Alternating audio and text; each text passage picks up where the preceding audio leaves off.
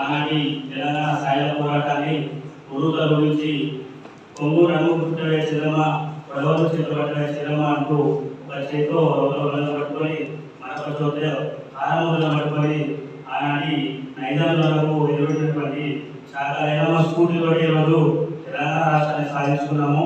అలాగే కోటి మహిళా విశ్వవిద్యాలయాన్ని కూడా ఆమె పేరు పెట్టడం జరిగింది. దాన్ని కూడా యావత్ తెలంగాణ రాష్ట్ర ప్రజలంగా కూడా స్వాగతిస్తున్నాము, హర్షం వ్యక్తం చేస్తున్నాము. ఇలాంటి జయంతి వర్ధంతి కార్యక్రమాన్ని ప్రభుత్వం నిర్వహించడానికి కూడా హర్షం వ్యక్తం చేస్తూ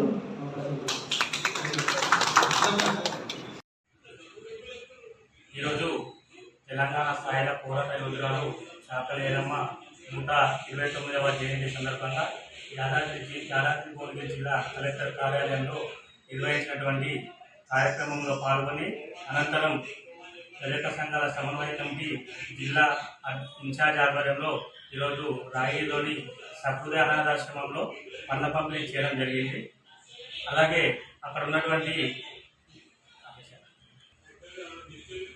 తెలంగాణ సాయుధ పోరాట యోధురాలు చాకలి ఐలమ్మ 129వ జయంతి వేడుకలను యాదాద్రి భువనగిరి జిల్లా కలెక్టర్ కార్యాలయంలో ఘనంగా నిర్వహించారు. ఆ కార్యక్రమంలో పాల్గొని అనంతరం తెలంగాణ రజక సంఘాల సమన్వయ కమిటీ జిల్లా కమిటీ ఆధ్వర్యంలో ఈరోజు రాయగిరి సహృదయ అనాథాశ్రమంలో ఈరోజు పండ్ల పంపిణీ కార్యక్రమం నిర్వహించారు.